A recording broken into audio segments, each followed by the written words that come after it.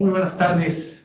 Vengan todas, compañeras, compañeros, de este diplomado de control de constitucionalidad y convencionalidad. Eh, Veo ahí algunos nombres conocidos, les mando saludos a todos, a los que no conozco, no he tenido la oportunidad de compartir ahora con ustedes. Pues me presento, yo soy Noé Corte Borrás, soy profesor investigador de la Escuela Judicial Electoral. He tenido alguna experiencia en la materia, he sido funcionario en el tribunal. Mi máximo cargo fue ser magistrado de la Sala Regional de Guadalajara, 2005 a 2013, y luego fui secretario instructor del magistrado Manuel González Oropesa, 2013 a 2016. De ahí ya tuve la práctica privada y ahora he regresado al tribunal a esta hermosa labor de la docencia. Pues me da mucho gusto saludarlos y bueno, pues ver que tenemos asignado el tema hoy de control difuso y concreto de constitucionalidad y convencionalidad en materia electoral. Le ha añadido lo de convencionalidad, porque hoy en día ya nuestro control de constitucionalidad, digámoslo así, tiene que ser complementado. Ya lo han visto, ya van a mitad del diplomado, ya han visto muchos temas, evolución de los modelos. Aquí vamos a hacer algunas recapitulaciones fundamentales y para, pues desde luego, entrar el tema. Es el objetivo del mundo, naturalmente, pues desde luego que abordemos el tema de los medios de impugnación en materia electoral y cómo se ejerce este control difuso y concreto en este ámbito, ¿no?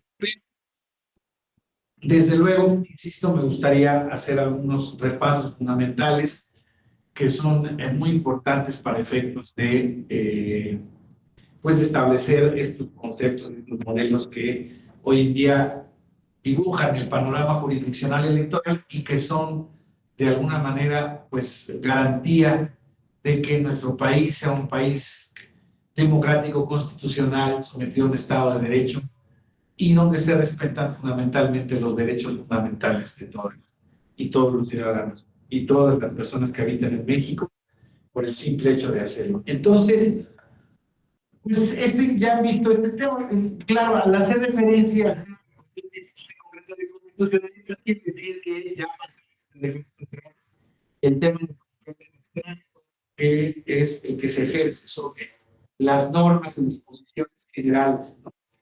Entonces, es importante, sin embargo, insisto, que repasemos este tema de eh,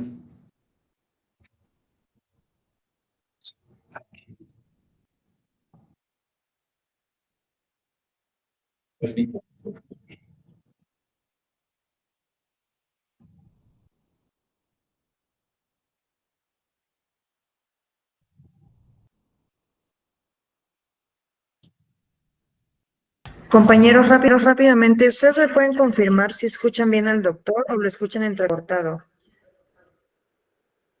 Ya, yo en mi caso ya no lo escucho, tengo su imagen congelada. No se escucha, no se escucha. Ah, caray. ¿Cómo habré salido?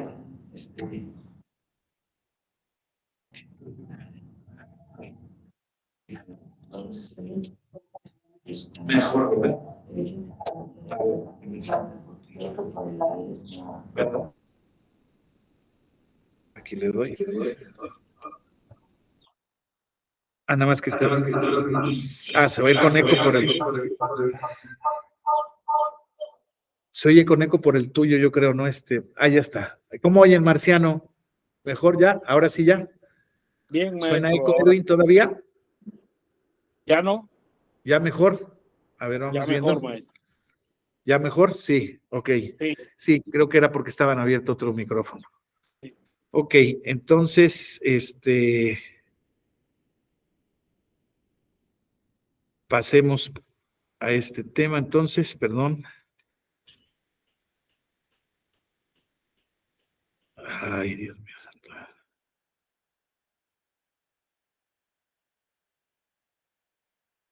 A ver.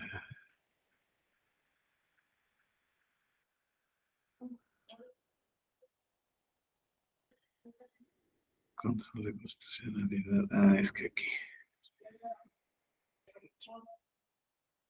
Ay, Dios mío santo. Vamos a ver. Permítanme, perdón, no sé por qué. Es que está en la presentación.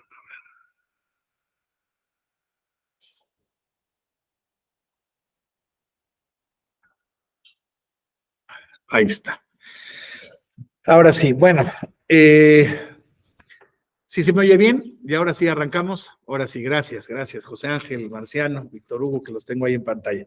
Bueno, pues ya vamos a hacer unos repasos que creo que no nos hacen daño. Es importante analizar este tema del control de constitucionalidad, ¿no? Ya vimos que saben ustedes que el control de constitucionalidad es una herramienta que surge a partir del concepto de constitución en los estados democráticos modernos, de democracia representativa, donde se ejerce como una herramienta de control del poder, es un presupuesto de equilibrio del poder y la garantía de la supremacía constitucional. La Constitución como norma jurídica. Esto me gusta mucho retomarlo del magistrado Felipe de la Mata, donde fíjense que es curioso, pero bueno, creo que también ya lo hemos comentado, pero recordemos que la Constitución, cuando surge como concepto de norma jurídica, digamos, organizativa del Estado, ese pacto donde se fundan los cimientos y las bases del Estado, se concibe más como en efecto, como un elemento constitutivo del Estado. Claramente contiene normas, derechos, principios, reglas. Sin embargo, conforme va avanzando la doctrina del constitucionalismo moderno, se va entendiendo que esta fuente de basamento de la validez de todas las demás normas jurídicas se basa con relación al carácter de norma jurídica de la Constitución, ¿no? La Constitución entonces no tan solo es ese pacto fundacional, sino es la norma de normas, es una norma jurídica que tiene principios, valores, mandatos de optimización que están destinados a ser cumplidos por parte del Estado y eso se constituye como la garantía fundamental del respeto al Estado de Derecho y desde luego al respeto en consecuencia a los derechos fundamentales. Sabemos nosotros que este tema de los derechos fundamentales es un derecho que ha ido evolucionando también y si bien es cierto surge desde las proclamas de independencia de los Estados Unidos de América, permítanme un segundo, perdónenme.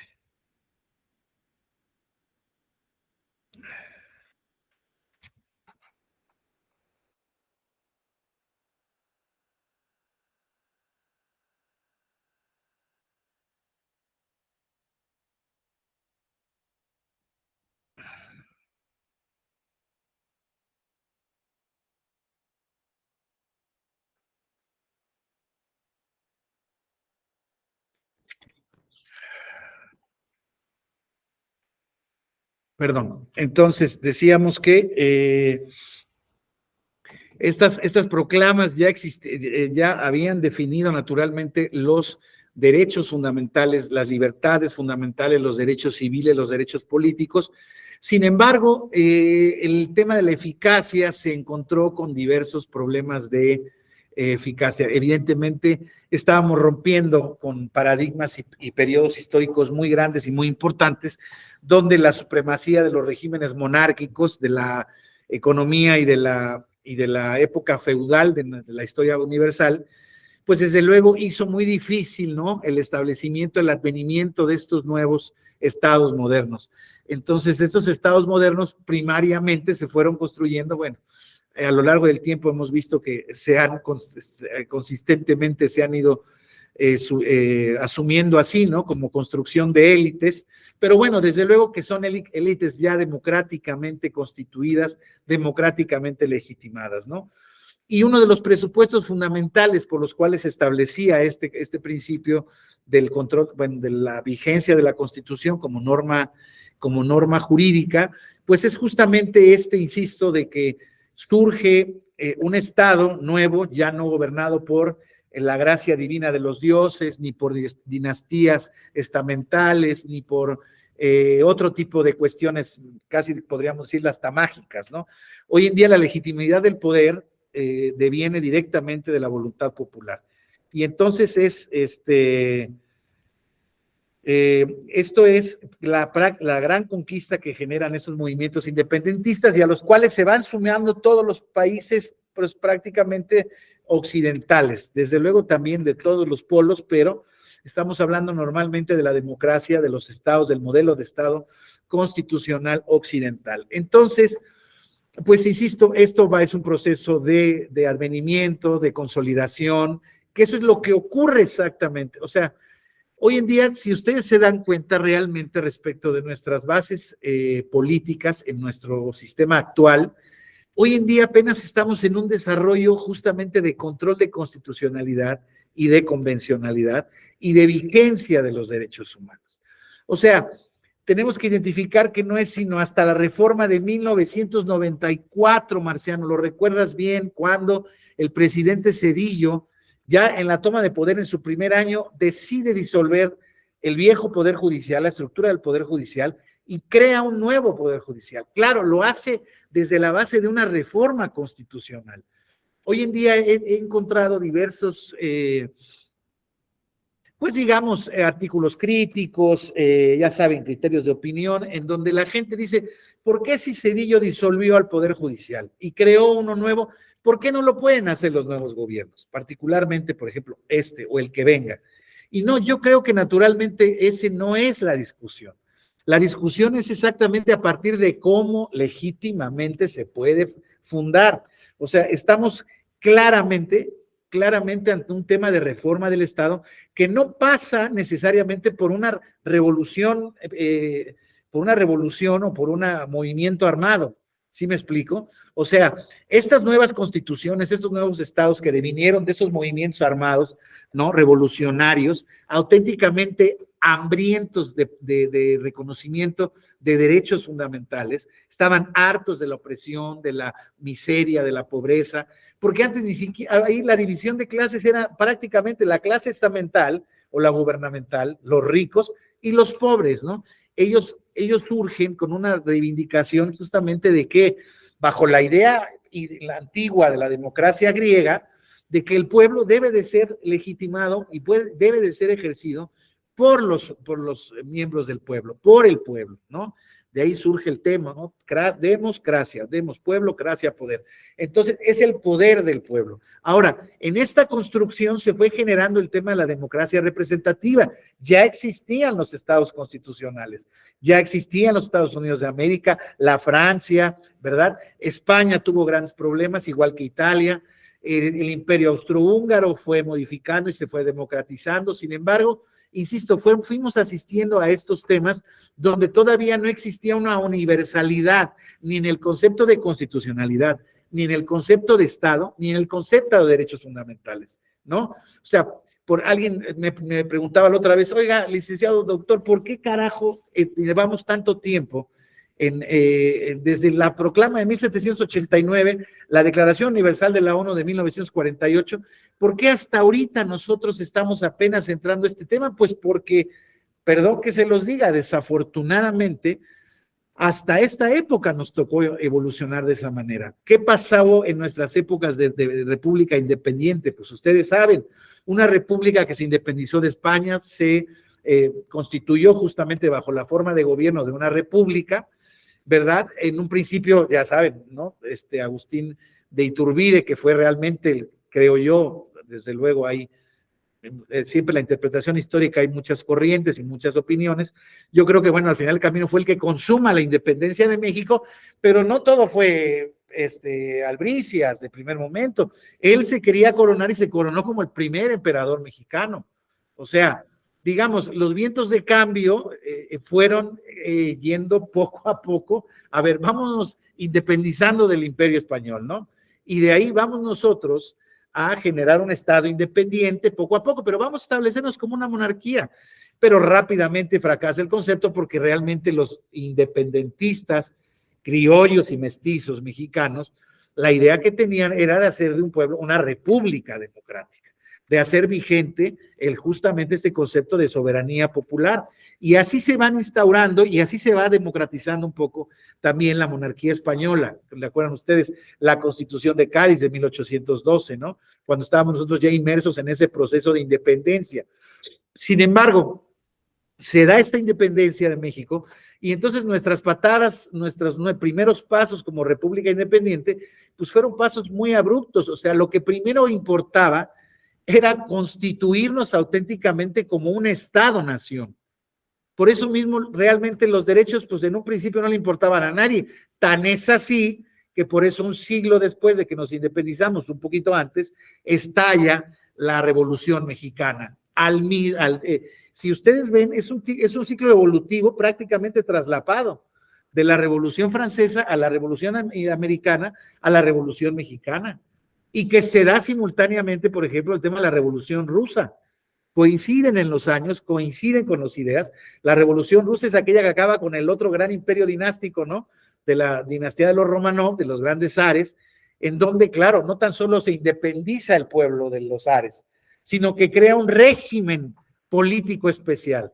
Desde luego, una república, o sea, del pueblo, democrática, pero bajo un régimen distinto, bajo las ideas de, ya saben, de Lenin y de Marx, pues un régimen igualitario, y entonces es donde establece el socialismo, el comunismo, etcétera, etcétera.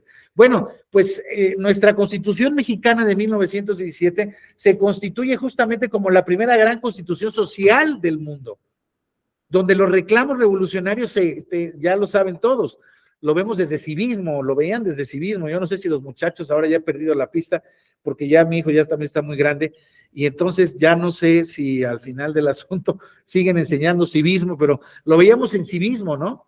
El artículo 3, 27 y 123 constitucional, educación, propiedad, ejidal, propiedad ya no tan solo privada, sino propiedad ejidal, y el derecho al trabajo, sindicatos, etcétera, etcétera. Que todo eso, como ustedes saben, era contra lo que venía luchando justamente la oposición a Porfirio Díaz. Porque Madero tenía ahí unas grandes conquistas, unos grandes temas de no reelección, pero a él lo acompañaban muchísimos ideólogos que lo que ellos trazaban era una ruta no tan solo de alternancia ni de conquista del poder, porque claro, ya lo que se había vuelto el régimen de Porfirio Díaz, pues era una dictadura naturalmente, ¿no? Pero en fin, más allá de estas descripciones históricas, lo importante es que veamos cómo al final del camino nuestra revolución de 1910, concluida formalmente en 1917, realmente se termina de asentar por ahí de mediados del siglo pasado, 1946, 50, ¿no? Cuando ya incluso se da paso no tan solo del gobierno de los generales, terminando Ávila Camacho, ¿no? Con el gobierno de Miguel Alemán, donde realmente ya se establece el primer gobierno civil de nuestro país. Entonces, claro, nuestras condiciones particulares como país, y es muy común, así pasó prácticamente también en América Latina, en muchos lados fue exactamente igual, ¿no? El desembarazo de la monarquía española devino en este tipo de realidades nacionales muy similares. Entonces, ya fue cuando se fue estableciendo este régimen de partido hegemónico, pero de alguna manera se conseguía mantener vigente ese principio de la no reelección, de las elecciones auténticas, periódicas, y eso fue generando de alguna manera nuestra primera idiosincrasia como nación. Pero los derechos, bien, gracias, ¿no?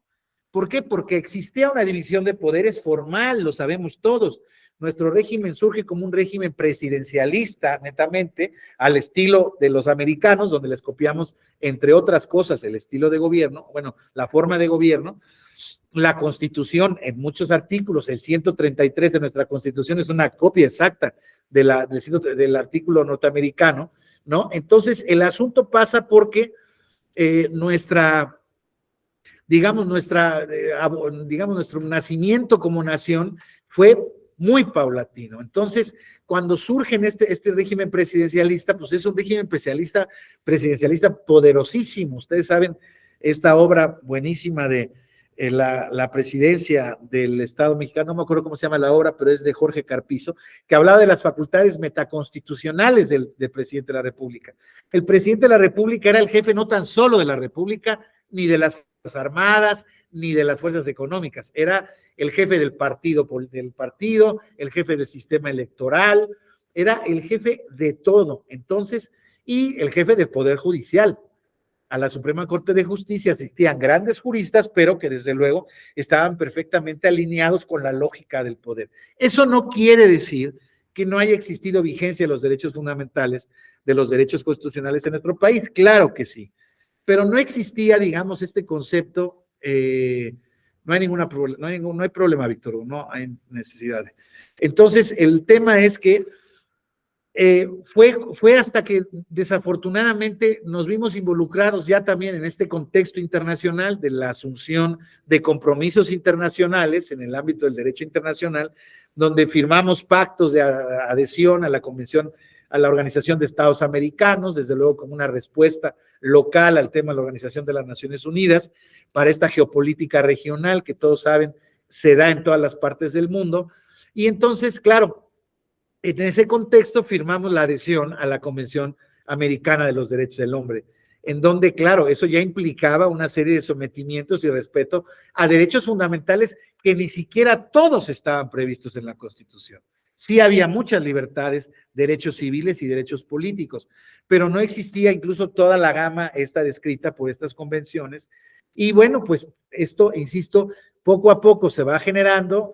Claro que existían denuncias contra el Estado mexicano, pero eran estas épocas en donde, digámoslo así, había litigios literalmente estratégicos en ese entonces, ¿no? Porque realmente era, vamos a ver qué pasa, porque incluso la propia jurisdicción internacional, la jurisdicción interamericana, pues tardó mucho tiempo en despertar y en ser lo que es hoy. Una justicia interamericana, pues desde luego, entre otras cosas, además de más robusta en cuanto a la cantidad de asuntos que resuelve, mucho más robusta en cuanto a su conocimiento e integración de la doctrina internacional de los derechos humanos. Entonces, ahí es donde estamos insertos ahora. Sin embargo, esto, digamos que va encaminado al tema de los derechos humanos, lo vamos a hilar al tema del control de la constitucionalidad. Y por eso mismo yo siento que es necesario este tipo de contextos, porque este control de constitucionalidad que hoy en día se ejerce por la Suprema Corte de Justicia de la Nación y por el Tribunal Electoral es mal visto. Bueno, por una parte del poder es mal visto, ¿no? Es incómodo, no acomoda y se considera ilegítimo. ¿Por qué? Porque lo primero que se dice es el Poder Judicial y la Suprema Corte de Justicia no son poderes democráticamente electos. Ok, entiendo el punto, pero es un tema que está superado, no había sido ni siquiera planteado en la construcción de nuestras constituciones. En la construcción de nuestras constituciones, salvo la de 1857, que es cierto que existía una elección indirecta de los miembros de la Suprema Corte de Justicia de la Nación, no directa. Existía un modo ahí que a final del camino nunca se ejerció plenamente. O sea, digamos, siempre estuvo de alguna manera vigente la designación por presidencia, o sea, bajo la conjunción de los poderes de ejecutivo y legislativo de la Unión. Entonces, bueno, insisto, no podemos ver este tema como un tema de que ya había existido en alguna vez en nuestro país. No puede serlo, y les voy a decir por qué. Además, hace poco era yo todavía un poco tímido respecto a este tema, porque no quería yo de alguna manera confrontar mi idea personal con estas ideas que se están generando en diversos polos del poder legislativo y del poder ejecutivo, pero el poder judicial, el poder que controla la Constitución, el poder que es herramienta de control del poder, de equilibrio del poder, tampoco puede ser más poderoso que los poderes ejecutivo y legislativo. No puede ser más poderoso tampoco que el que ejerce el poder por determinación del pueblo, ni el que hace las leyes a las que debemos estar sometidos todos en el ejercicio diario de cualquier tipo de actividad, ¿sí? ¿Y por qué digo esto? Pues porque justamente si el Poder Judicial, la Suprema Corte de Justicia y todos los jueces ordinarios, incluidos los del Tribunal Electoral, tuvieran que ser electos vía elección popular, universal, libre, secreta y directo, sería imposible imaginar una disociación de estos personajes con los partidos políticos. Entonces, perdón que se los diría, pero entonces habría una distorsión en el sistema, en la concepción del sistema democrático. Claro, es cierto que la idea democrática original del control de Atenas, de la ciudad de Estado Atenas, existía bajo no la premisa del control de la constitucionalidad, existía bajo la premisa de la igualdad de los hombres ante la ley. Esa era isonomía. El concepto era isonomía. Y entonces, ese concepto de igualdad ante la ley, digamos, tenía que ser respetado y observado justamente por quien detentara el poder en representación del pueblo, insisto. En el caso de la democracia griega incluso, pues era una democracia censitaria, era una democracia aristocrática. Pero al final del camino lo que lograba era un poco la inclusión cada vez mayor de las personas que conformaban el cuerpo de ese Estado-nación. Entonces, visto este tema, ¿no? De que la Constitución es una herramienta de control del poder, de instrumento de control del poder, y desde otra perspectiva del reconocimiento y tutela de los derechos, ¿verdad? Entonces tenemos estos conceptos de control, de constitucionalidad y convencionalidad. Varían, desde luego, voy ahorita a referirme específicamente al de constitucionalidad, porque ya sabemos que la reforma del artículo primero generó un nuevo concepto de control de convencionalidad, al que están obligados a ejercer todas las autoridades, no nada más aquellas que controlan la Constitución. Entonces, los dos grandes modelos del que surge el nuestro que tenemos nosotros particularmente es el modelo americano, el modelo de la revisión judicial, ¿no?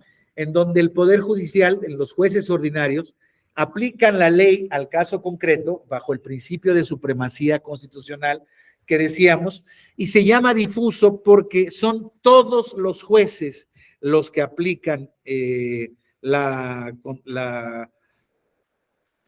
Constitución, vía incidental, vía concreta, o sea, mediante un caso concreto, ¿verdad? Entonces, este modelo de revisión constitucional, de control constitucional, insisto, particularmente se resuelve normalmente mediante un caso, la revisión de un caso concreto, los efectos del mismo se extienden explícitamente a ese caso concreto, pero en el caso de los Estados Unidos de América es un caso muy interesante porque el sistema del common law es un sistema que se basa con base en precedentes judiciales. Entonces, si bien es cierto, estas resoluciones que se dan a conflictos de constitucionalidad en el seno de los jueces locales, federales, en el ámbito que sea, generan un sistema de precedentes que es muy aplicable al caso concreto. Al final del camino, el sistema americano es un sistema muy parecido al del sistema del derecho romano, en donde auténticamente los jueces constitucionales, los jueces, bueno, que ahí son jueces ordinarios y al mismo tiempo constitucionales, realmente no están atados a ningún tipo de vinculación, a ningún tipo de norma jurídica. O sea, ¿qué les quiero decir? Desde luego, un tribunal federal emite cierta jurisprudencia obligatoria en determinada materia, ciertos precedentes que consideran obligatorios. Sin embargo, en el sistema americano, los jueces están autorizados, si es que existen las condiciones particulares para hacerlo, y desde luego lo fundamentan y lo motivan, pueden apartarse de esos precedentes explicando, fundando y motivando la razón por la cual se apartan de ese precedente. Por eso, insisto, en el tema de los cuadernillos jurisprudenciales americanos, van a ver que nuestros semanarios judiciales de la Federación son un juego de niños, conforme al tema de los criterios jurisprudenciales. ¿Por qué? Porque allá todos los jueces pueden generar criterios que tienen que ver con constitucionalidad. Entonces, este es un sistema muy interesante porque además parte de la premisa, todavía voy a seguir con esto, parte de la premisa de que los independentistas americanos, los padres fundadores de la nación norteamericana, de la Constitución americana, desconfiaban plenamente del Parlamento inglés. O sea, es un sistema que se basa en la desconfianza del Parlamento inglés, que quiere generar normas que me quieren someter a mí, en nación independiente nueva, ¿verdad? Entonces, claro, mientras Estados Unidos se fue dando sus propias leyes o sus propios precedentes, las leyes del imperio, de la monarquía británica, eran las que poco a poco les fueron dejando de aplicar, pero eran las que se aplicaban, porque tenían que aplicar leyes que dieran certeza a los casos, a las relaciones jurídicas entre cualquier sujeto. Entonces, es muy importante, muy interesante ver cómo este sistema, insisto, surge y por eso se les da el poder a todos los jueces para generar esta revisión judicial, porque existía en el trasfondo este tipo de desconfianza. Contrario a este, ya habíamos visto que existe este tema del sistema concentrado, que es un modelo de control abstracto del Tribunal Constitucional Alemán. No me voy a detener demasiado en ello. Y como nuestro sistema mexicano es un sistema mixto, ¿verdad? El sistema mixto mexicano, pues es un sistema que concede, digamos, de manera muy peculiar el control de la constitucionalidad a un órgano terminal, no único, ¿no? No único, que es a la Suprema Corte de Justicia de la Nación, de manera abstracta, que es vía la acción de inconstitucionalidad de leyes, y desde el punto de vista concreto a los tribunales de amparo, a los juzgados de distrito, a los tribunales colegiados de distrito y eventualmente en la última instancia, cuando así proceda, a la Suprema Corte de Justicia de la Nación.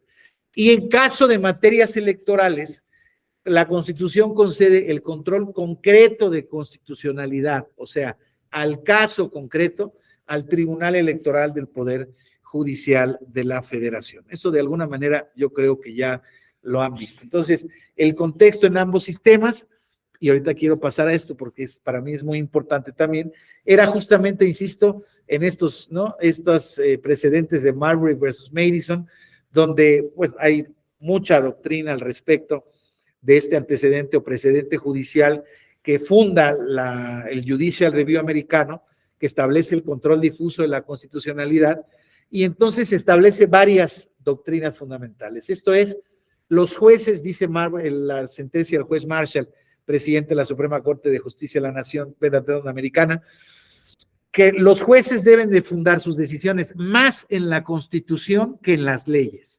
O sea, insisto, el juez en el sistema americano es un contrapeso del poder legislativo y de alguna manera, compañeros, lo es también en nuestro sistema. En nuestro sistema constitucional mexicano, el Poder Judicial Federal no se establece específicamente exprofeso como, pero hoy en día adquiere una significación de contrapeso de poder en el sistema de división de poderes. ¿Por qué? Porque al otorgarle la constitucionalidad, el control de constitucionalidad de las leyes y los actos en cualquier materia, la Constitución reconoce en estos órganos, en la Suprema Corte de Justicia, en el Poder Judicial Federal, en el Tribunal Electoral del Poder Judicial de la Federación, a los garantes de que todas las leyes y los actos se ajusten a la constitucionalidad. Ya veremos un poquito más tarde que también hoy en día la convencionalidad. Pero, ¿eso en qué se traduce prácticamente?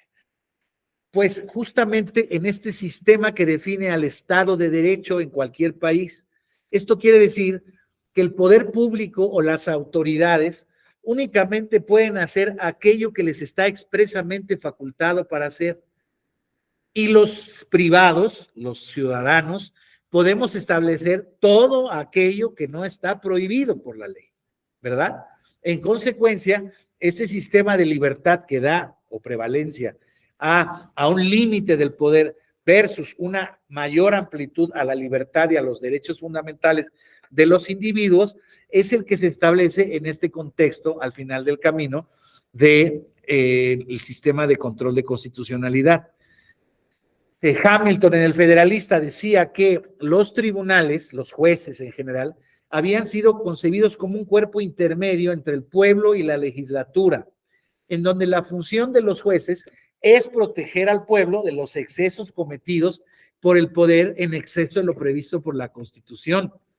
Claro, insisto, las constituciones nos marcan un ámbito específico de atribuciones, pero los jueces están autorizados por la propia Constitución, es una salvaguarda que la propia Constitución deposita en un órgano para que el constituyente y ni el Poder Ejecutivo que aplica esas leyes cometan excesos.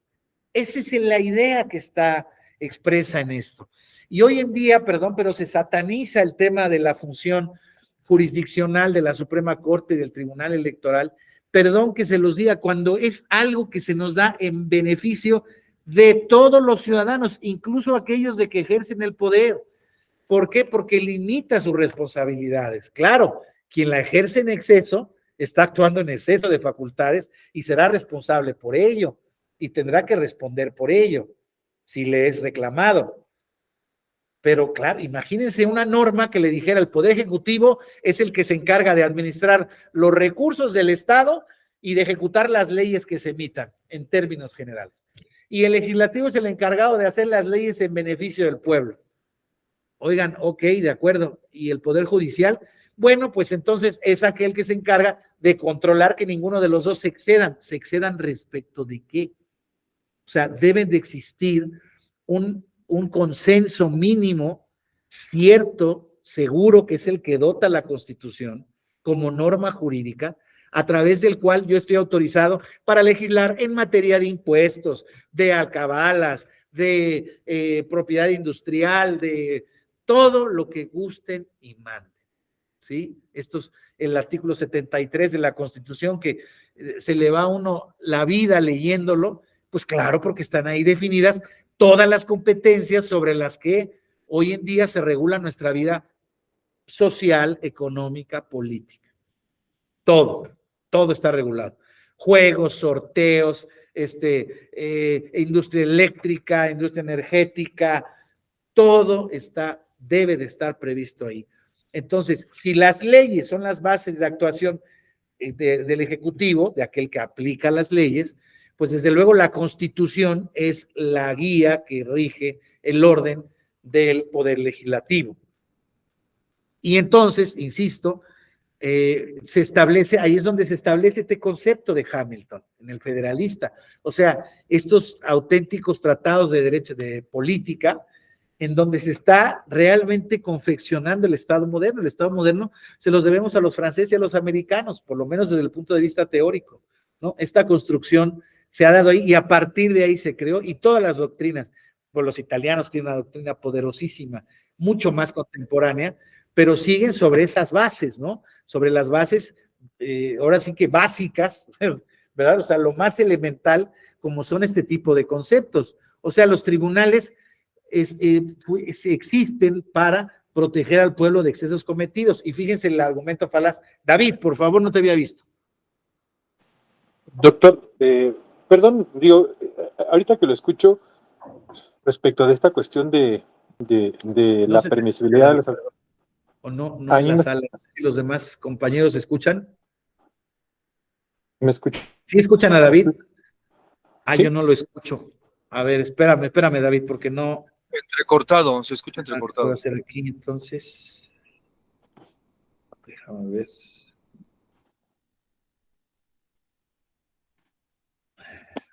Permíteme.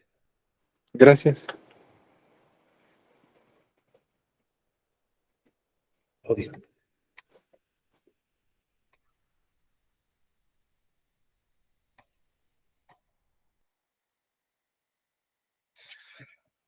Ay, Dios mío santo. Permíteme, David. Gracias. A ver, David. ¿Ahí me escuchan?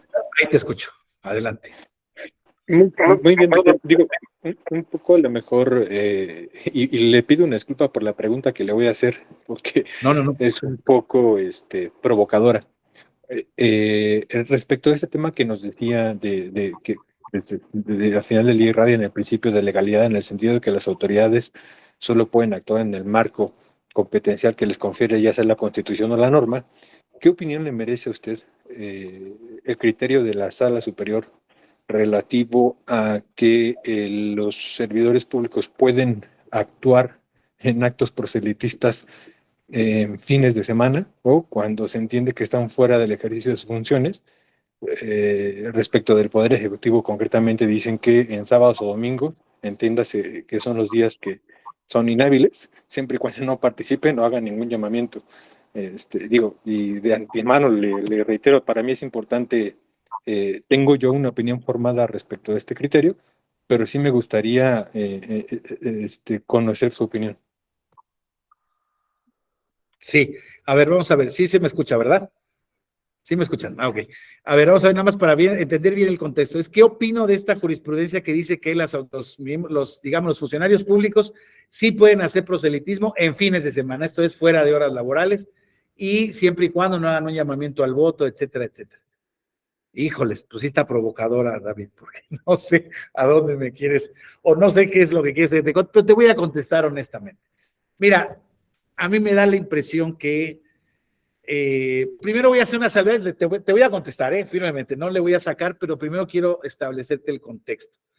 Y te lo voy a establecer porque yo también he sido magistrado y me ha tocado aventarme este tipo de tiros que son complejos, porque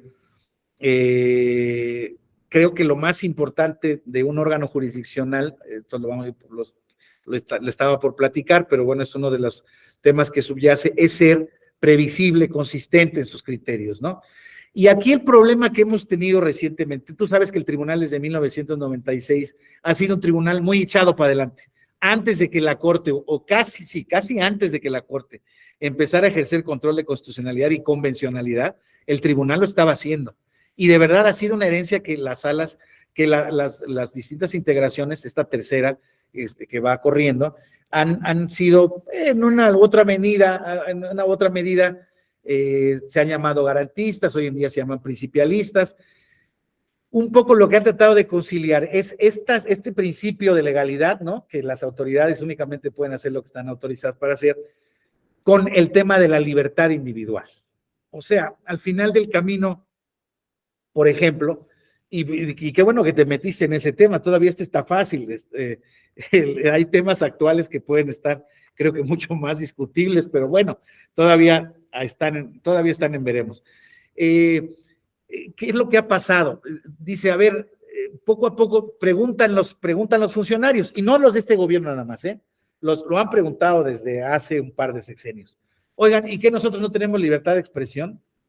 Ya te voy a contestar. Entonces el tribunal ha tratado de decir, ok, bueno, vamos a ver, es cierto, las autoridades lo son en el ejercicio de los mismos y se ha reconocido por la jurisprudencia universal que los funcionarios públicos tienen un contexto también de libertad individual. O sea, se puede diferenciar al funcionario del ciudadano.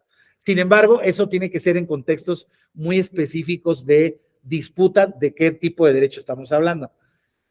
A mí me da la impresión, y si quieres recorrer los precedentes de la Sala Guadalajara de 2005 a 2013, de que los funcionarios públicos no están autorizados para hacer ningún tipo de aparición política, conforme a las reglas que nuestro sistema político se ha dado. ¿Sí me explico?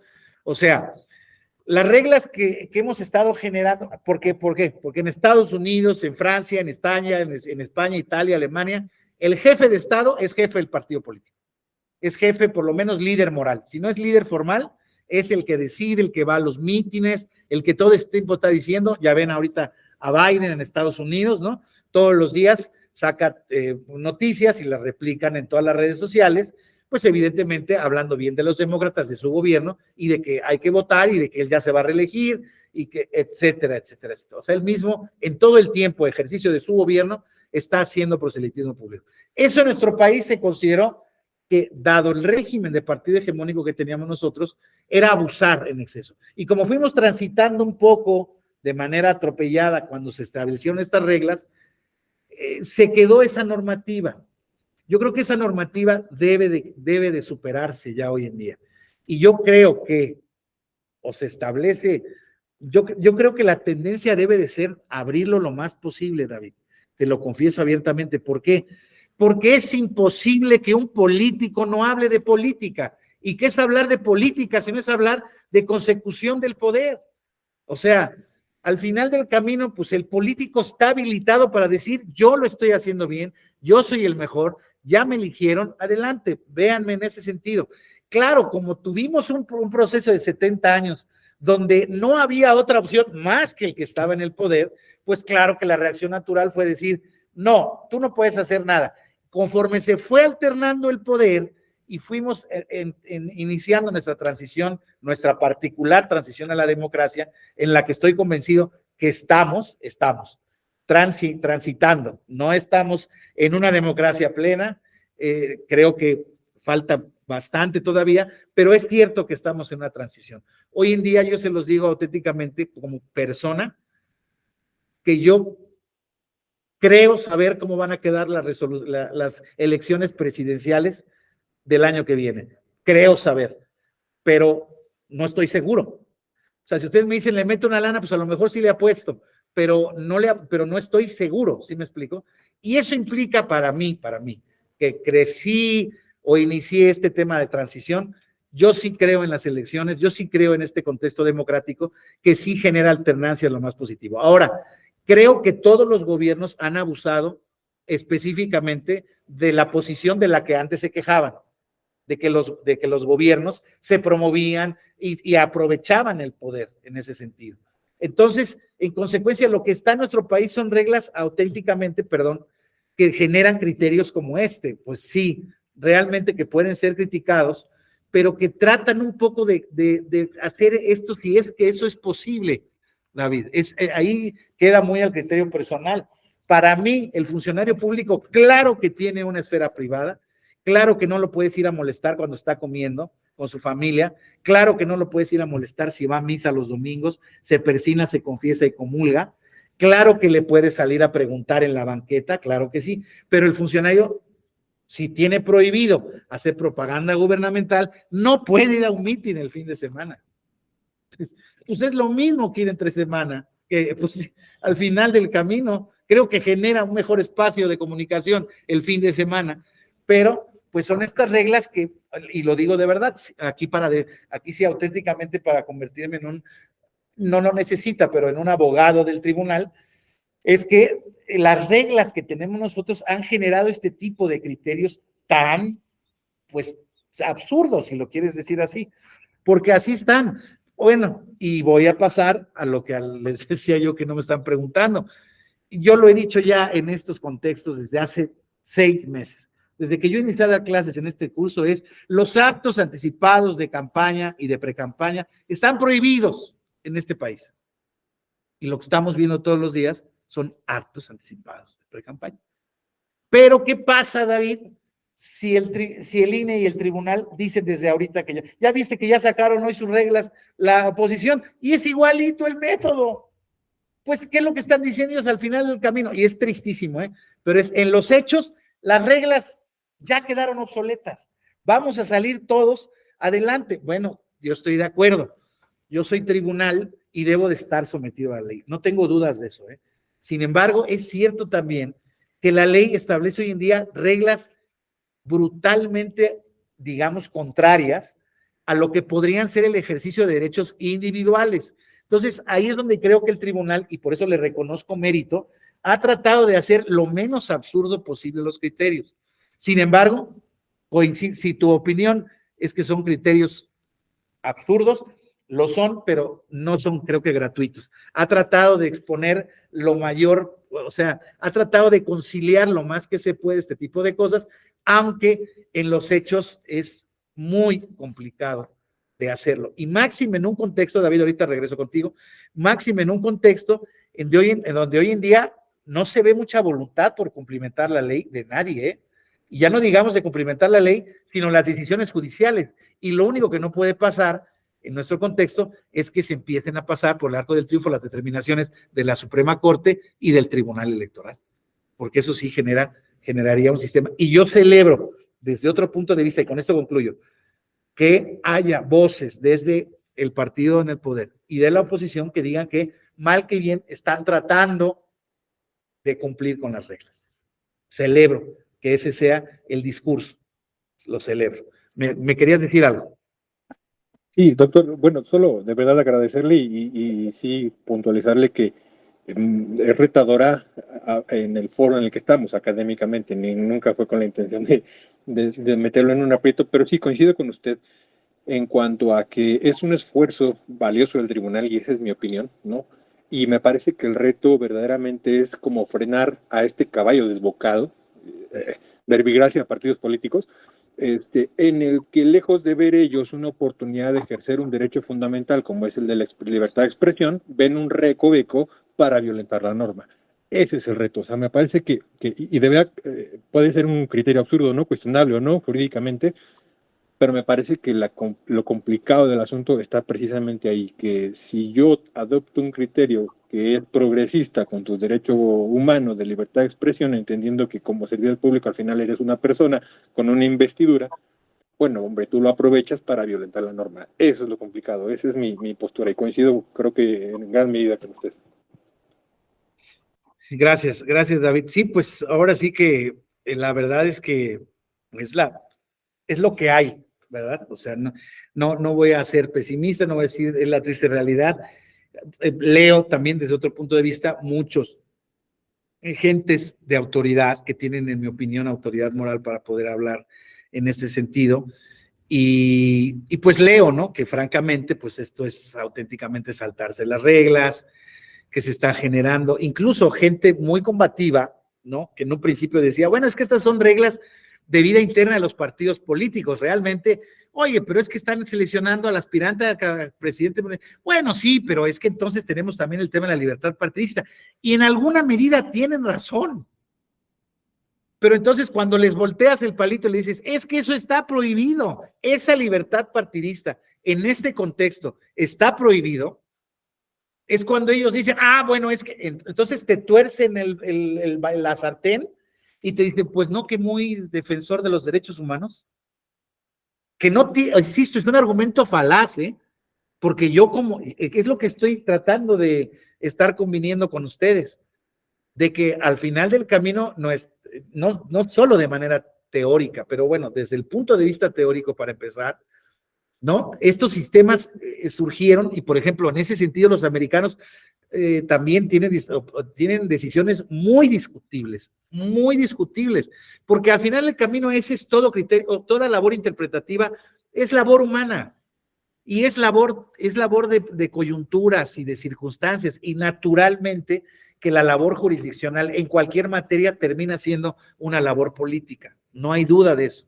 Sin embargo, creo que en estrictos teóricos, ¿no? O sea, digamos, esta interpretación lo más apegada, lo más real al contexto constitucional, legislativo o reformista en el que se haya dado una norma, es al que yo me tengo que apegar.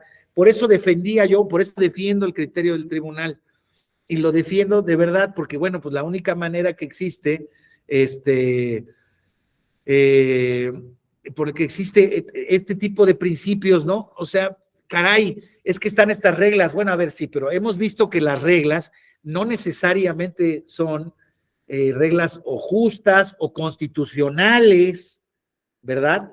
O sea, hay manera de interpretar, pero lo que les digo hoy en día es, desafortunadamente nos encontramos encerrados en un contexto electoral en donde nuestro sistema jurídico sobreregulado, sobreprohibido, sobreprotegido, hoy en día le estorba a los políticos en general, y lo voy a decir también sin tapujos, a los que antes eran oposición y hoy son poder, porque nunca habían estado en el poder. Hoy en día estas reglas diseñadas para el poder no les gustan, no les viene bien, porque no les gusta lo que digan, lo que tienen que hacer, insisto, y entonces ahí es donde ya no se vale, donde en nombre del pueblo se manipula un argumento para decir que quién es este poder para corregirle la plana a los representantes populares del pueblo.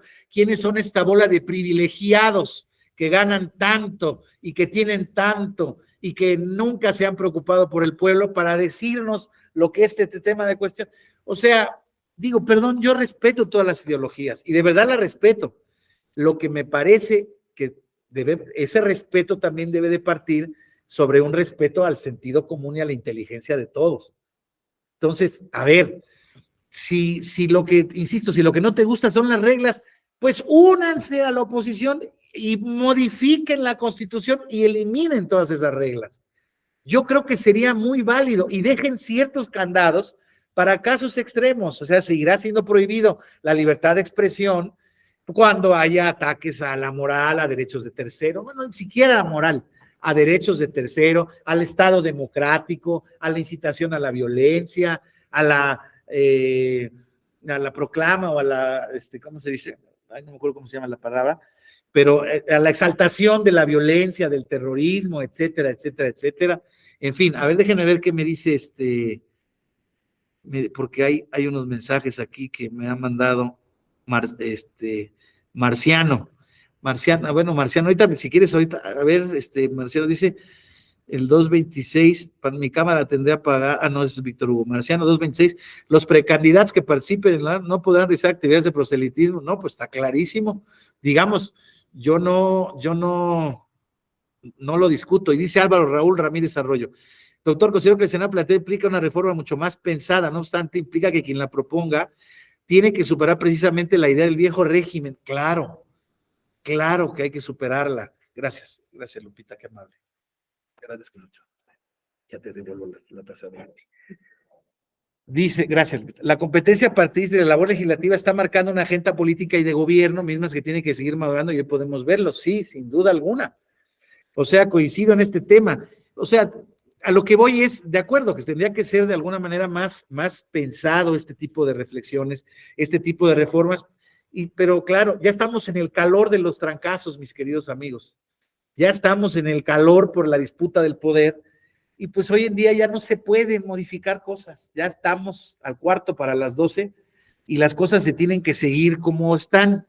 Entonces, yo sí me temo que vamos a ver muchas cosas extrañas en lo que queda todavía. Todavía vamos a tener que acostumbrarnos, pero yo sí creo que la labor del tribunal, en todo caso, debe de seguir siendo consistente.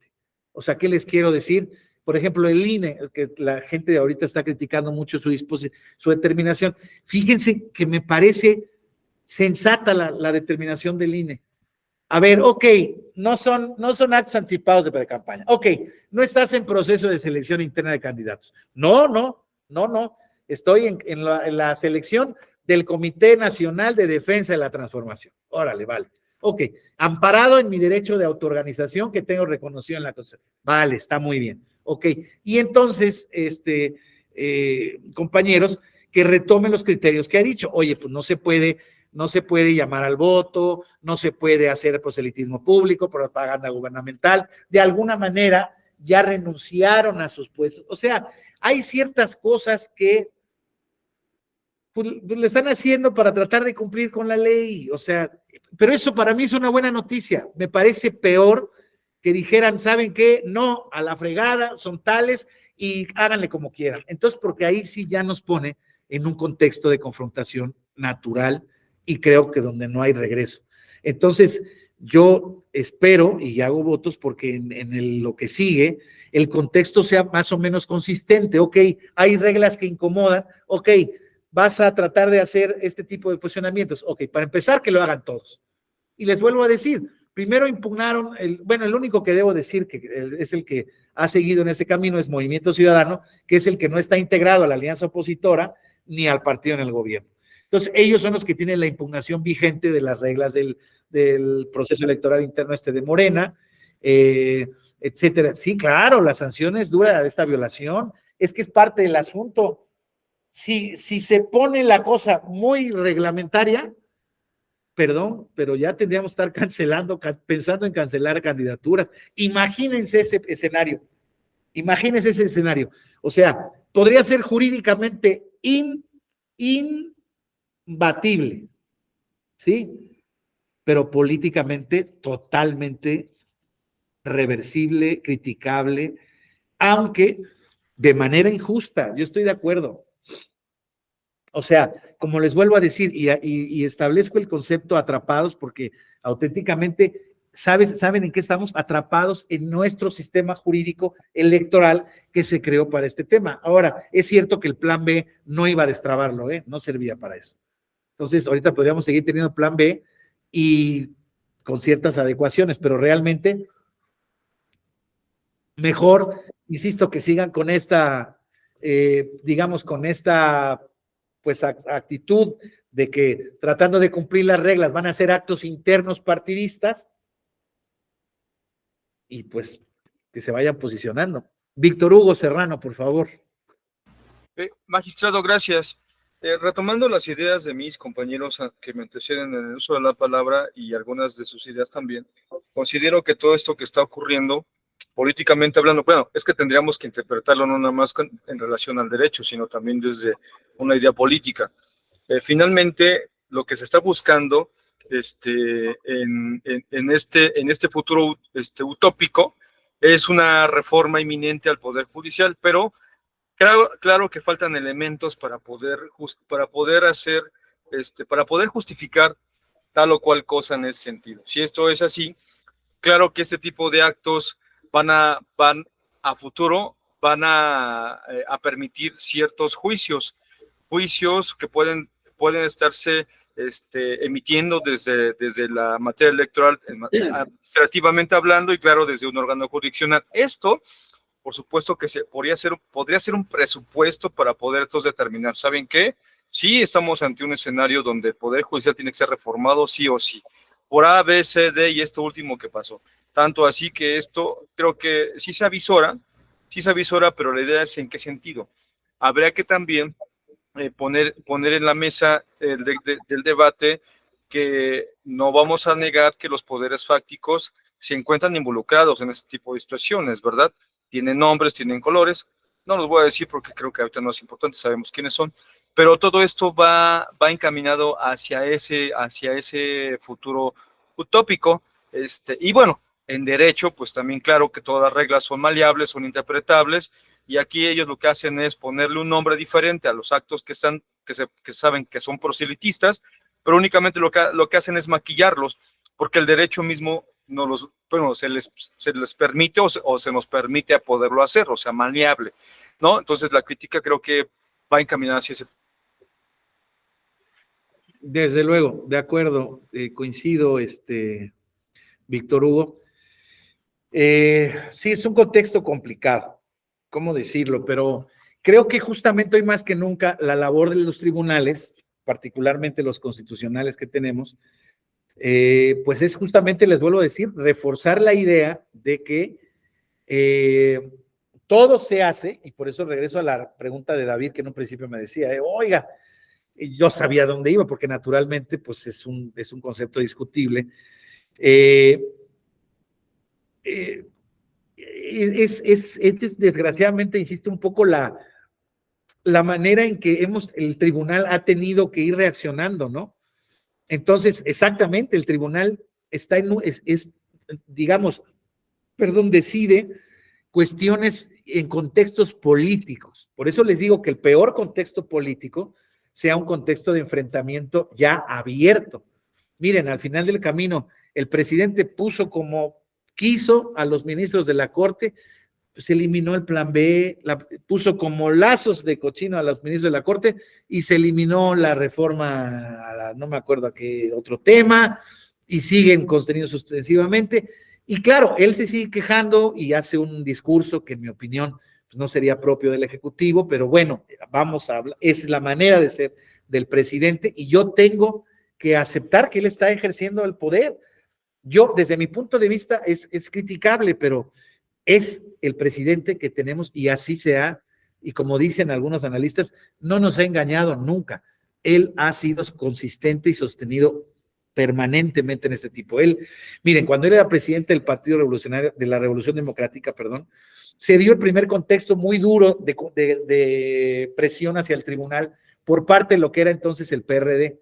¿Se acuerdan la primera elección donde Félix Salgado Macedonio perdió la gubernatura, donde se hizo un éxodo por la democracia y se vinieron caminando desde Chilpancingo hasta acá? Eran los primeros ensayos, era por ahí del año de 1998, 99, eran los primeros ensayos, los primeros ensayos de reclamos hacia el tribunal, ¿no? Por parte de la oposición. Y entonces recuerdo que vinieron a hacer desde luego diversas cuestiones.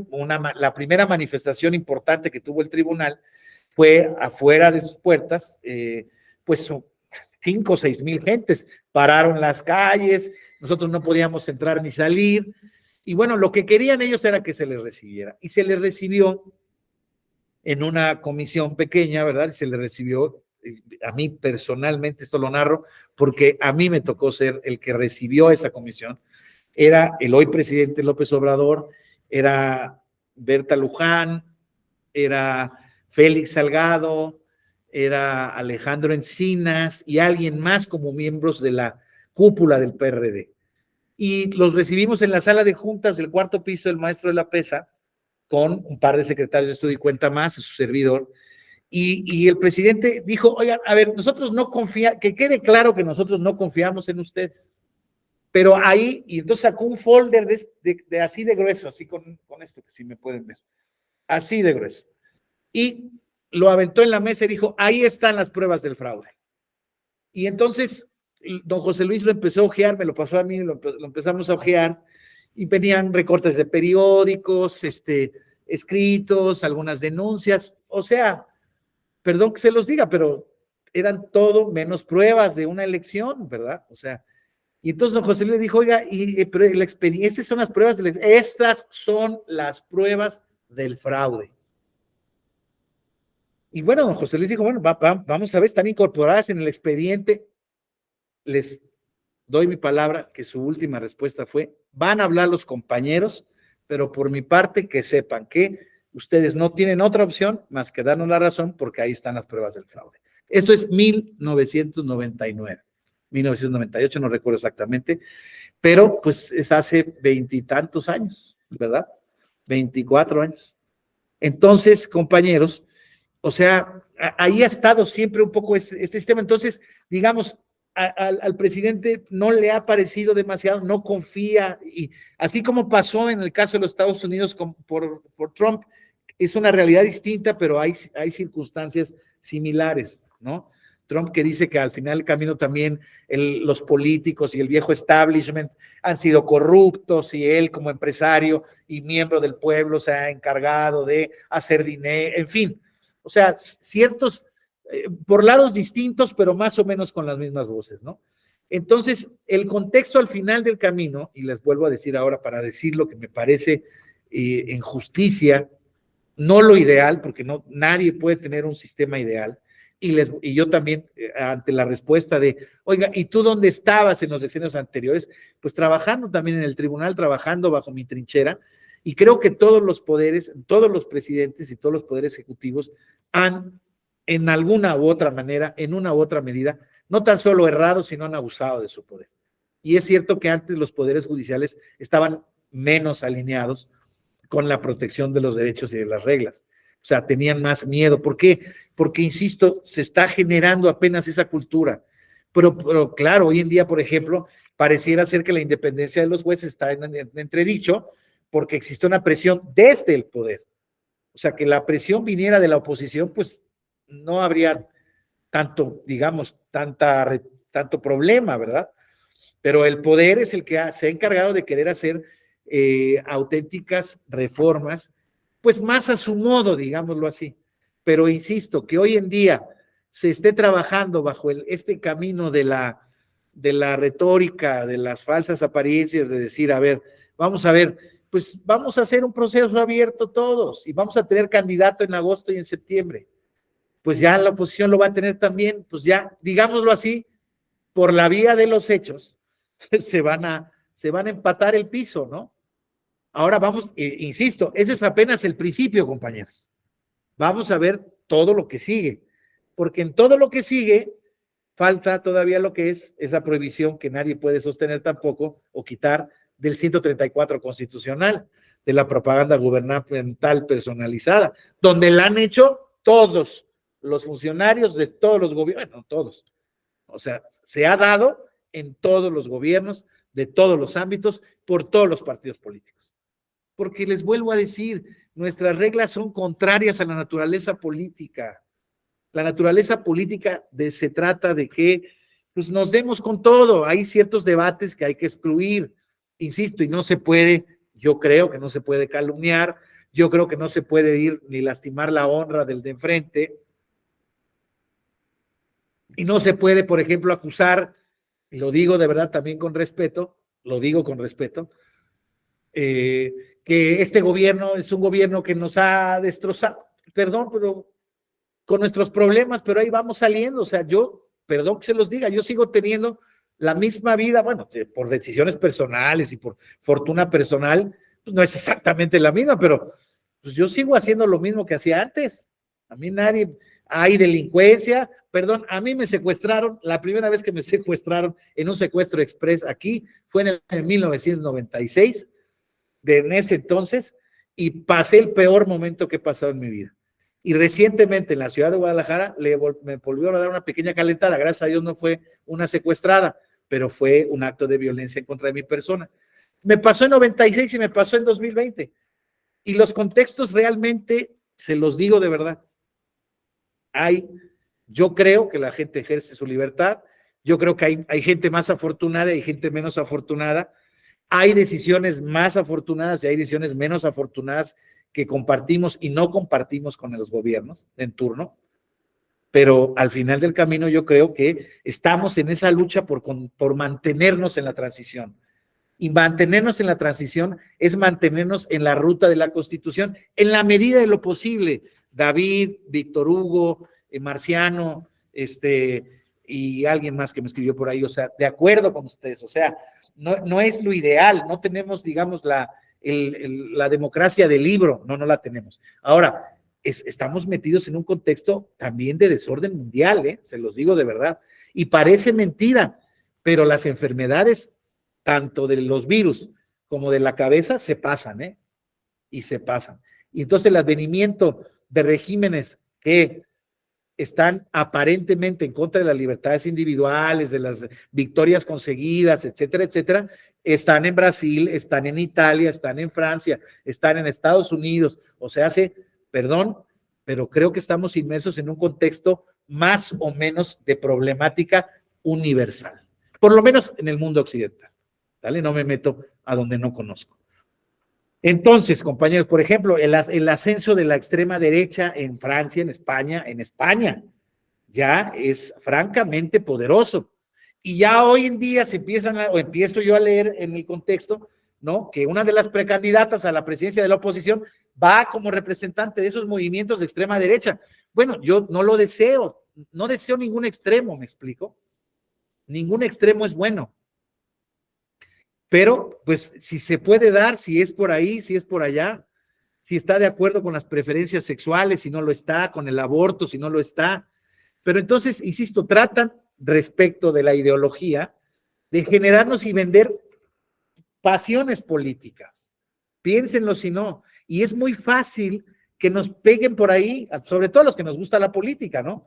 Perdón que se los diga, pero mi hijo salió totalmente contrario a mí, a él no le importa la política, la aborrece, es un chavo de 21 años, él quiere dedicarse a otra cosa, él quiere ser libre y que no lo moleste. Órale, me parece muy bien.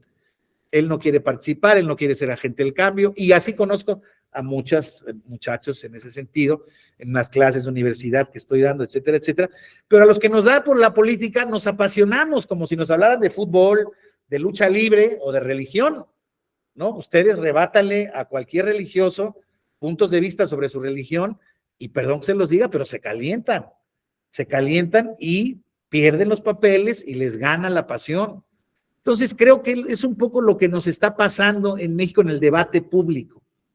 Nos calentamos porque hay razones no es que tampoco estemos locos, me queda muy claro, pero digamos, esas razones que se dan en estos contextos sociales y políticos muy complejos, o sea, no son fáciles de comprender, ni de entender, ni de seguir, de verdad lo digo, pues no pueden ser pretexto para renunciar a este tipo de marcos. Oye, es que la Constitución no sirve de nada, la ley no sirve de nada, el tribunal no sirve de nada. No, yo quisiera ver que no tuviéramos un poder judicial, no tuviéramos un control de la Constitución, ¿verdad que no, Marciano? Pues no. O sea, mal que bien, o sea, a los excesos que se están cometiendo desde el punto de vista jurídico y organizadamente reglamentados y exigidos, se ha dado respuesta, ¿no? Insisto, ¿se está tensando la liga? Sí, el contexto político se está tensando de acuerdo a las condiciones especiales de este tema. Pero ya una vez que se dé este tema, yo lo que digo es, conforme lo decía alguno de ustedes, déjenme ver, no me gusta hacer la referencia en términos como lo decía Raúl Ramírez Arroyo, como lo decía, a ver, en contextos tenemos que también pensar un poco en la gobernabilidad y en los de a pie, porque unos están en el escritorio del Poder Ejecutivo, otros están en los curules de la Cámara de Diputados y los magistrados están en sus despachos de aquí de Carlota Armero o de la Pino Suárez 2, pero ¿y el pueblo? ¿No? El pueblo es el que tiene que al final del camino no resentir este tipo de cuestiones y desafortunadamente desafortunadamente se manipulan estos sentimientos para que mucha gente esté muy enojada, muy enojada. Entonces, insisto, yo lo que creo es que primera regla para no perder los papeles y para no perder un combate es no enojarse. Hay que tratar de trabajar con la cabeza y tratar de ver ciertas cuestiones positivas. Por ejemplo, les digo, estos criterios.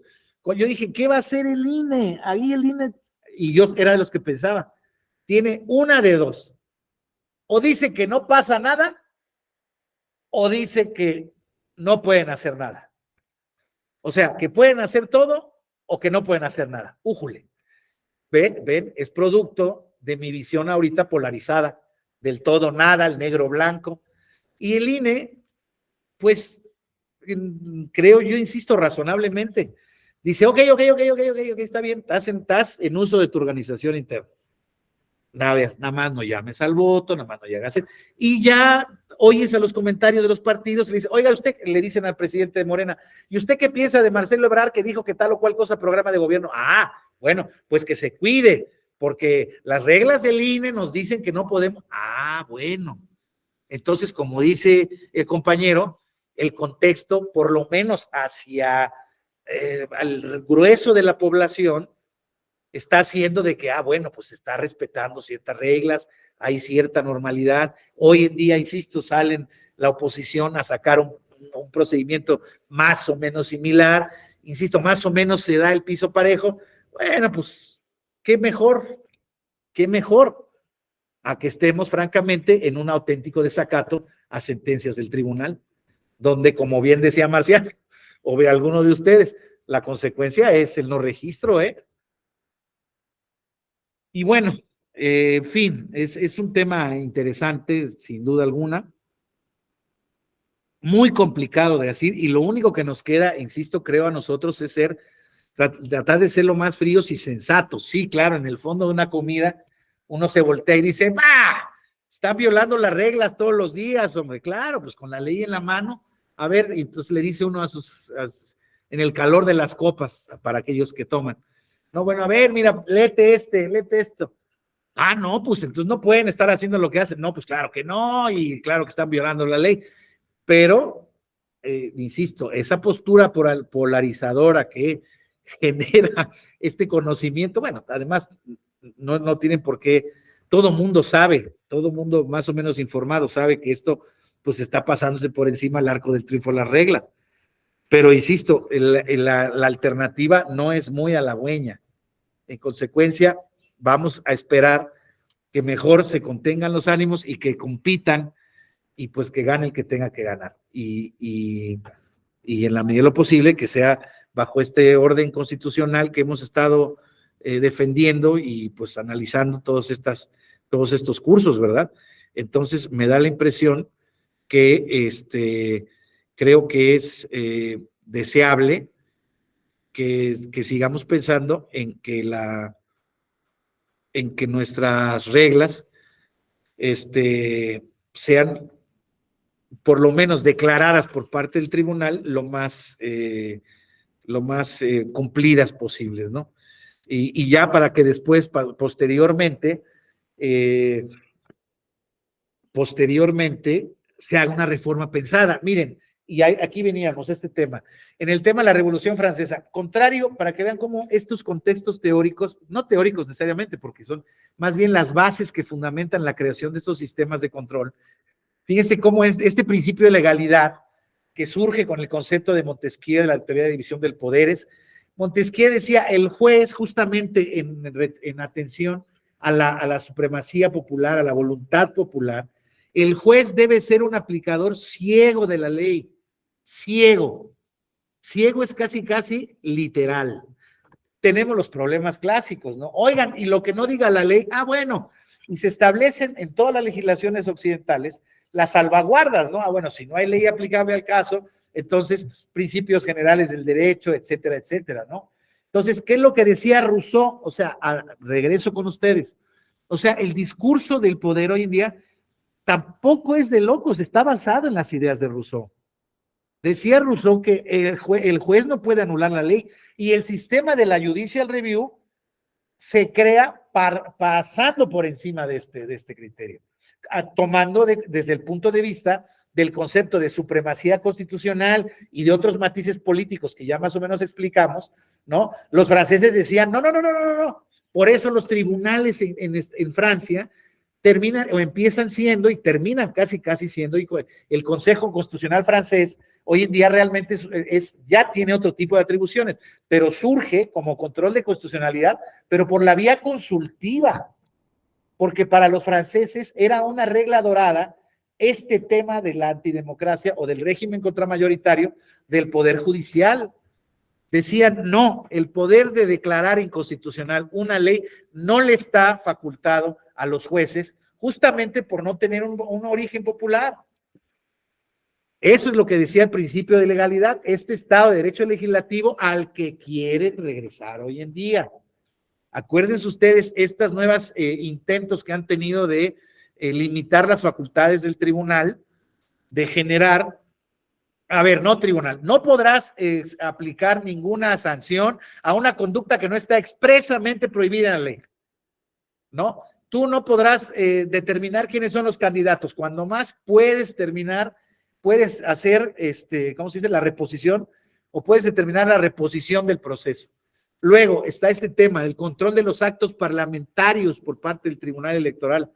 Decía el intento de reforma, decía, no, el Tribunal Electoral no puede intrometerse en actos parlamentarios, que era lo que estaba haciendo recientemente, que era el tema de la decisión final, que fue la gota que derramó el vaso, de que la presidenta del INE tenía que ser una mujer. O sea, dijeron, oigan, pues es que esto está violentando nuestra autonomía como poder. Fue muy complicado que cumpliera con la sentencia, la terminaron cumpliendo, pero reaccionan diciendo, no, vamos a una reforma en donde se diga que tú no puedes crear acciones afirmativas, tú no puedes meterte con los actos parlamentarios, tú no puedes esto y esto. Tú no puedes ir en contra de la autonomía de los partidos políticos. Bueno, por eso mismo nuestro tema se llama control también de la constitucionalidad y de la convencionalidad, porque como ya todo el mundo sabe, el artículo 1 de la Constitución nos obliga a interpretar las normas de manera más favorable a las personas. Entonces, si hay una disputa de un sujeto que viene diciendo, en el partido político me violaron los derechos, el tribunal verifica el caso y se da cuenta que es cierto, pues ¿qué hace el tribunal? No puede respetar la autonomía del partido político, aunque haya sido su decisión, porque violó un derecho fundamental del individuo. Eso dicen los partidos políticos que eso no lo entienden. Claro que lo entienden. Lo que pasa es que no les gusta, insisto. Todo aquello que el tribunal no dice nada, está bien, ok, no se metieron conmigo.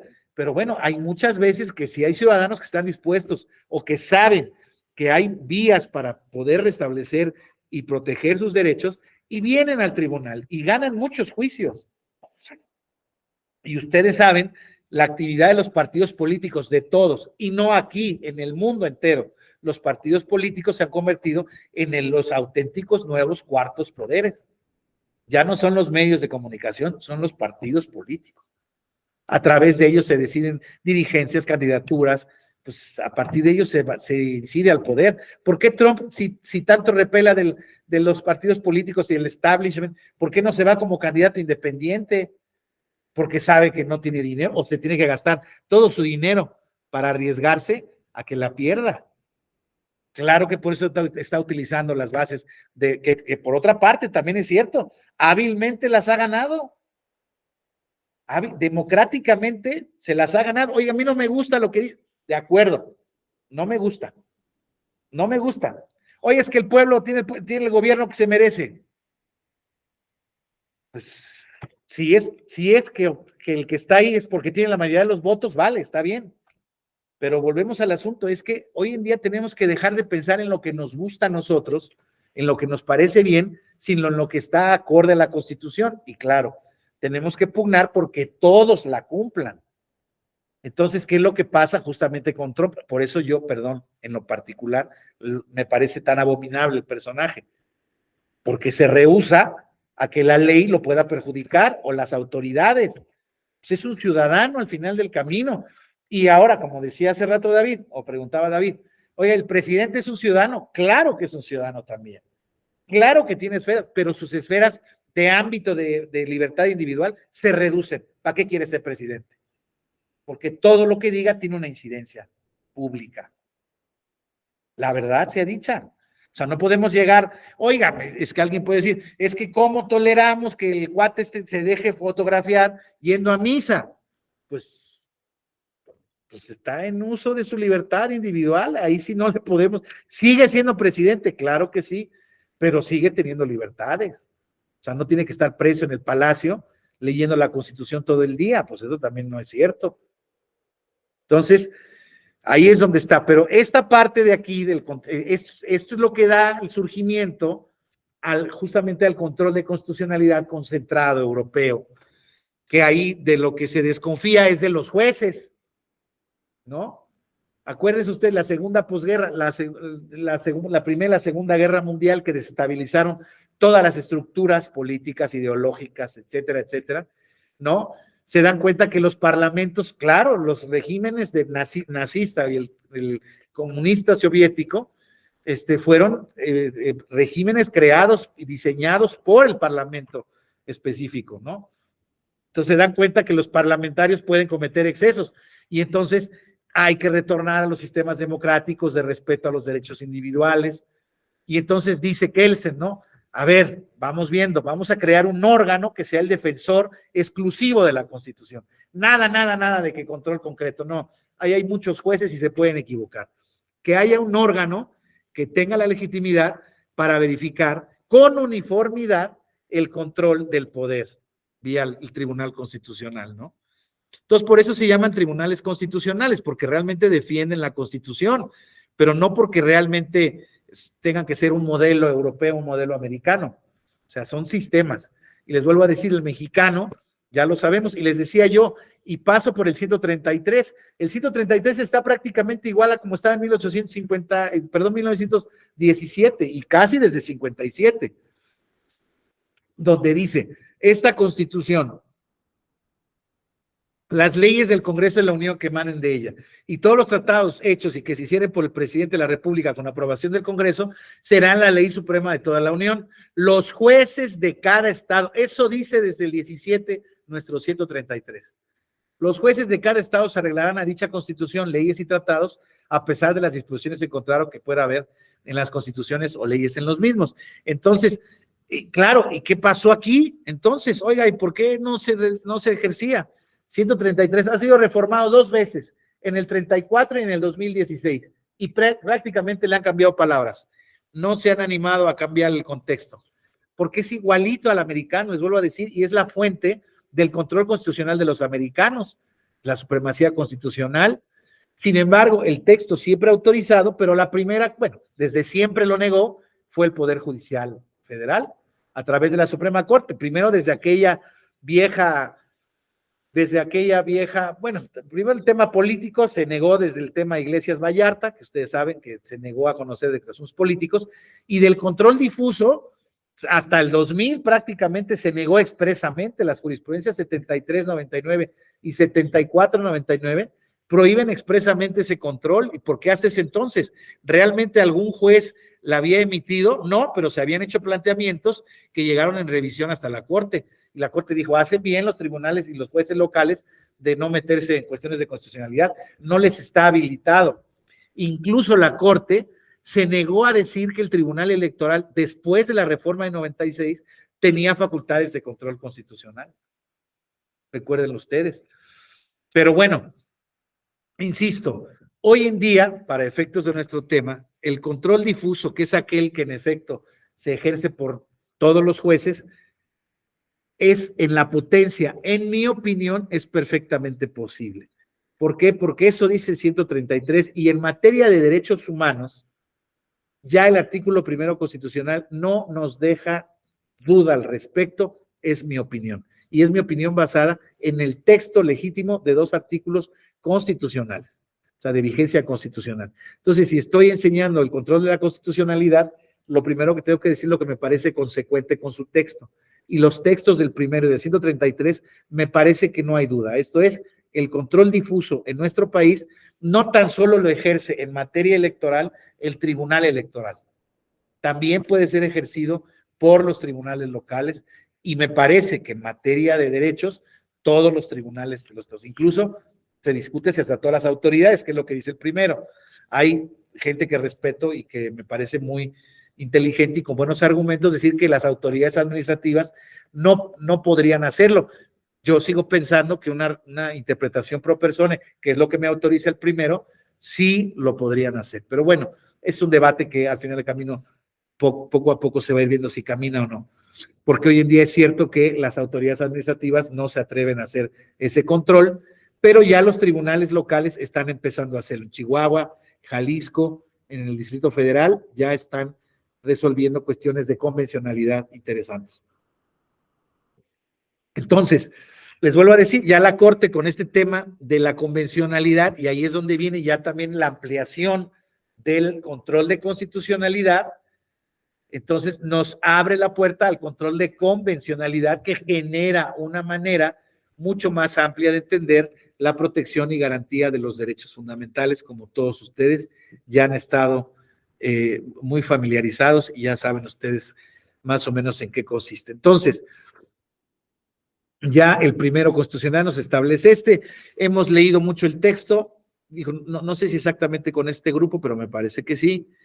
Pero bueno, desde luego ahí está para leerlo y desde luego que no quiero redundar en esa materia. Ahí está el texto y prácticamente pues establece esto, ¿no? De que la protección y garantía de los derechos se debe de hacer de la manera más amplia por todas las autoridades conforme a los derechos previstos en la Constitución, más los tratados internacionales y interpretando de manera más amplia en favor de las personas. Entonces, ya sea de manera difusa o concentrada, está autorizado. La Corte, como les he dicho, ha establecido, ha limitado y desincentivado el ejercicio del control difuso y ha marcado el control concentrado que ellos tienen. Esta tesis con registro número 263-91 dice: control concentrado de constitucionalidad o convencionalidad de normas generales, su ejercicio en amparo directo no se limita ni condiciona con los pronunciamientos que realice la jurisdicción ordinaria a través del control difuso. Ah, bueno, ya me autorizas que haya control difuso. Claro que la interpretación de un juez local no te puede condicionar ni te puede obligar, ¿no? O sea, ya hay estas tesis también que van en ese sentido, que reafirman, ¿no? Al final del camino, un poco este control difuso de la constitucionalidad, donde dice que, bueno, ya reconozco que se está haciendo, pero en cualquier caso, el mismo no me obliga ni me condiciona. El ejercicio no se limita ni condiciona con los pronunciamientos, y luego en la parte final.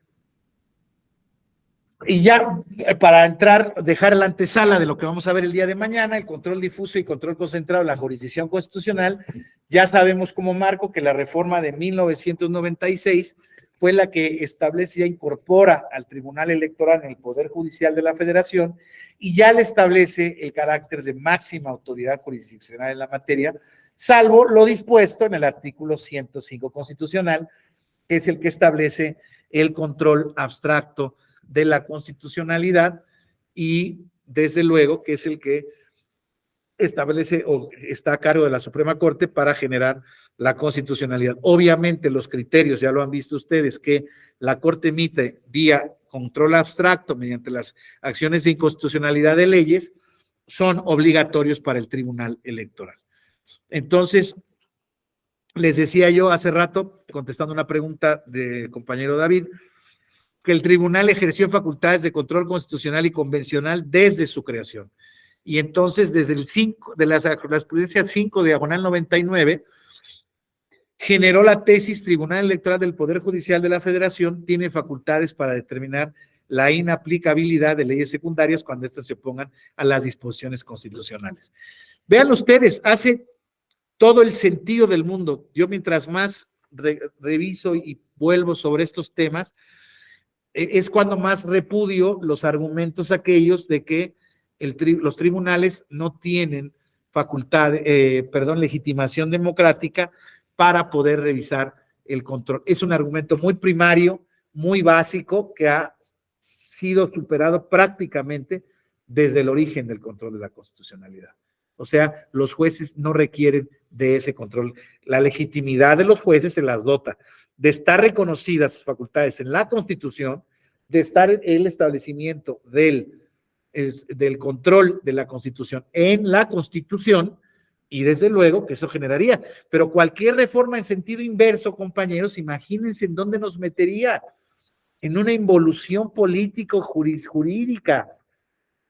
Perdón que les diga, hoy en día está este caso emblemático de El Salvador, donde sobre pretexto de tener una sociedad más ordenada y más justa, pues se ha metido a la cárcel a miles de personas que el presidente de ese país dice que son integrantes de la Mara Salvatrucha, y hay una parte de la población que está muy contenta con el gobernador, y hay otra parte de la que no está contenta, se calla, porque si dice algo lo meten a la cárcel con los maras, y entonces los matan en la cárcel. Ese es el esquema, ese es el sistema que queremos de verdad para México, que esté en la voluntad política de un sujeto, de un poder, el determinar qué es bueno y qué es malo. No, siempre va a haber disputas y siempre va a haber el dilema de la última palabra. Siempre va a haberlo. O sea, como decía David, oiga, ¿de verdad le parece que este criterio es congruente? Pues quizá no, pero es el criterio que hay. Y yo, cada caso que me llega, cada caso que tengo que juzgar bajo esa perspectiva. Oiga, y yo le explico, es que ese criterio se forma o se formó de esta manera, de conformidad con estas reglas, y ya vamos a cuestiones de política real, de realpolitik, como dicen los alemanes, ¿no? Estamos sobreregulados, es una democracia imposible esta que tenemos, donde los funcionarios no pueden decir lo que piensan porque pues es propaganda personalizada. Pues sí, licenciado, eso está prohibido. Pues sí, está mal que esté prohibido, porque todos en la contención natural, es que, insisto, perdón que se los diga, sería como prohibirle a un niño gatear. No, tú no gateas, tú nada más de la cuna te vas a la caminata. Es un estadio intermedio. O sea, el niño tiene que gatear para aprender a caminar. Entonces, los políticos, para obtener el poder, tienen que hablar de ellos mismos.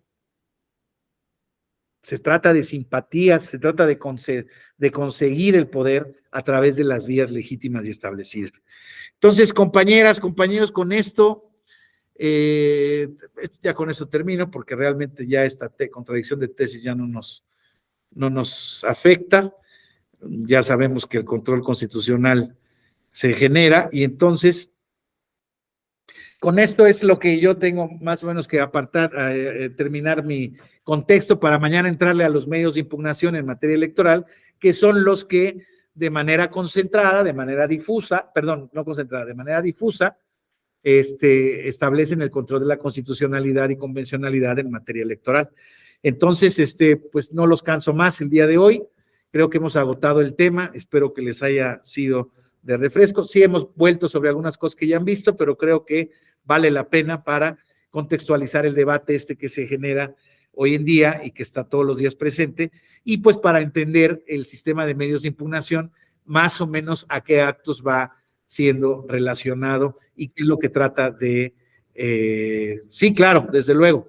Mañana les doy yo desde luego, le pongo a disposición de capacitación externa, que es la que tiene sus registros, para que les manden por correo las presentaciones, la de hoy y la de mañana, que va a ser distinta, que se refiere a los medios de impugnación en materia electoral.